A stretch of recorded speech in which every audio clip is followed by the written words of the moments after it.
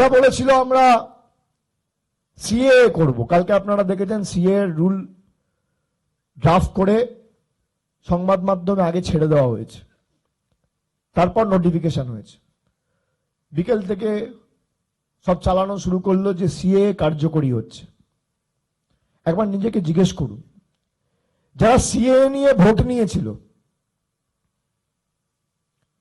তারা ভোট নিয়েছিল আপনার কাছে 2019 সালে।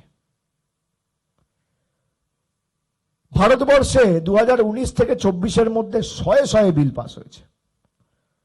একটা বিলের নিয়ম বা রুল ফ্রেম করতে 1 থেকে 1.5 মাস লাগে।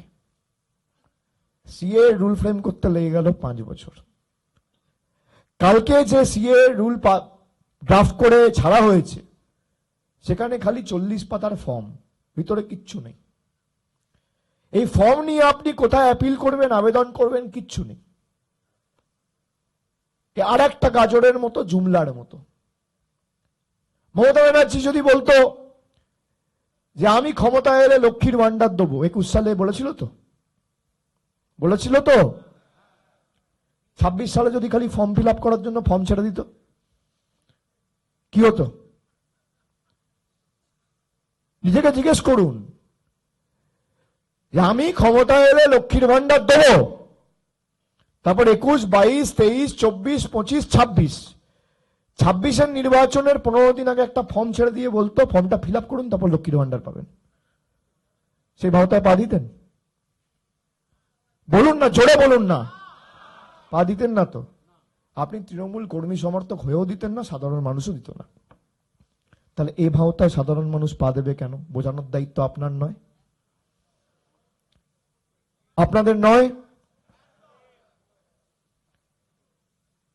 আমরা বলেছিলাম পরিবারের একজনকে লক্ষ্মীর ভান্ডার দেবো, আর জেতার পর মমতা ব্যানার্জি পরিবারের প্রত্যেকটা মহিলাকে লক্ষ্মীর ভান্ডার দিয়েছে। এটাই পার্থক্য।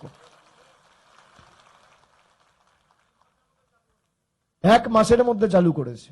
মেতে জিতেছে, জুন থেকে লক্ষ্মীর ভান্ডার চালু। এই যে মমতা বন্দ্যোপাধ্যায় হঠাৎ করে ঘোষণা করলো, বলতে পারতো তো তৃণমূল যেখানে জিতবে সেখানে আমি লক্ষ্মীর ভান্ডার বাড়াবো। তা তো করেনি।